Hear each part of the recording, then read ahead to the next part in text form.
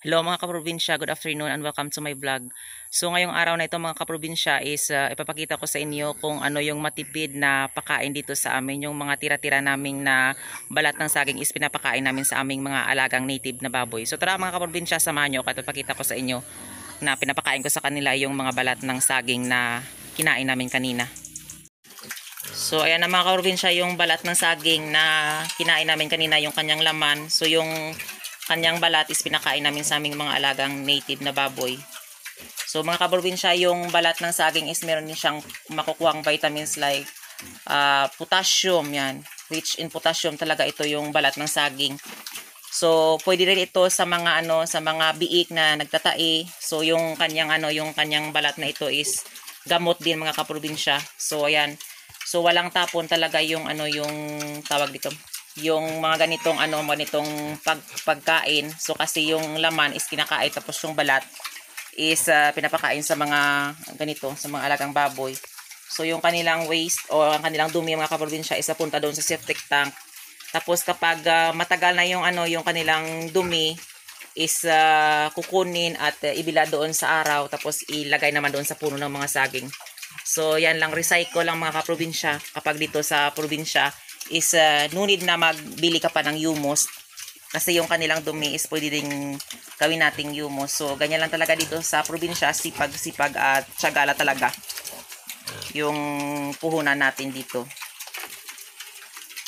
So ayan, kasi nasanay sila sa mga kangkong, madre de agua, yan. So sa mga dahon din ng saging mga kaprobinsya, yung minsan madalas na pinapakain namin sa kanila. Although mga kaprobinsya is kumakain na din sila ng mga ng commercial feeds, pero hindi pa rin po sila pinapakain ng puro-puro talaga na commercial feeds, kasi mas maganda din na meron silang mga ganito. So hindi natin masasayang. So binablog ko ito mga kaprobinsya para ipakita ko din sa inyo na kapag meron tayong mga ganitong baboy na native, so hindi natin aksayahin na itapon lang yung mga ganyang balat ng saging na na pinaglutuan natin. So pwede natin din ipakain sa mga ating mga alagang baboy. So hindi lang matipid, meron din silang makukuha na mga vitamins, at hindi sila masyadong nagkakasakit. So ayan.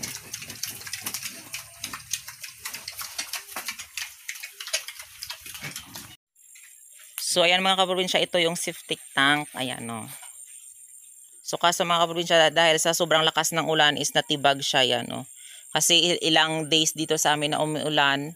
So ganito nangyari, so natibag. So ayan masama naman yung panahon ngayon May pakunti-kunting ulan. Ayan. So yan yung mga kaprobinsya, yung mga ito hanggat dito yung septic tank. Ayan hanggat dito yan. So ito yung mga puno ng saging, ayan na nilalagyan namin ng ng mga dumi ng baboy. Ayan So yung nabilad na na dumi ng baboy is dito namin nilalagay sa puno niya kapag para kapag pwede nang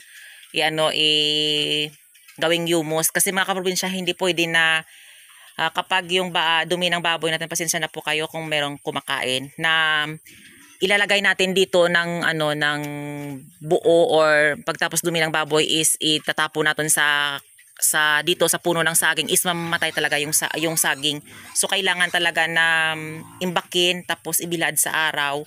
So mga 3 buwan, ayan. So kapag medyo maitim-itim na, so yan ilalagay natin diyan sa puno ng tawag dito, ng saging. So ayan, so meron ding madre de agua. So yung mga madre de agua na ito, ayan, pinutol ko para mas mabilis din silang lumaki yan Kasi meron ding humus yung puno ng saging, ayan so mabilis din silang lumaki, ayan. So makikita mo talaga sa sa mga puno ng saging sa isang puno is meron siya talagang 1, 2, 3, 4, 5, 6, 7. 7 na na mga punla. Ayan Dito rin 1, 2, 3, 4, 5, 6, 7, 8. So 8 yung kanyang So ayan yung kanyang bunga, ayan sobrang laki mga kaprobinsya. So ayan, so nagagalit na rin yung yung kalangitan. Ayan. So doon pa sa kabila is malaki din yan yung kanyang tawag ito, yung bunga. Ayan so bago pa lang.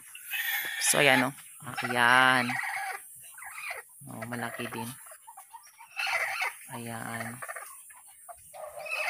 So kasi dalawang puno lang sila mga kaprobinsya, kasi yung isa dito, yan oh, kinain ng kalabaw.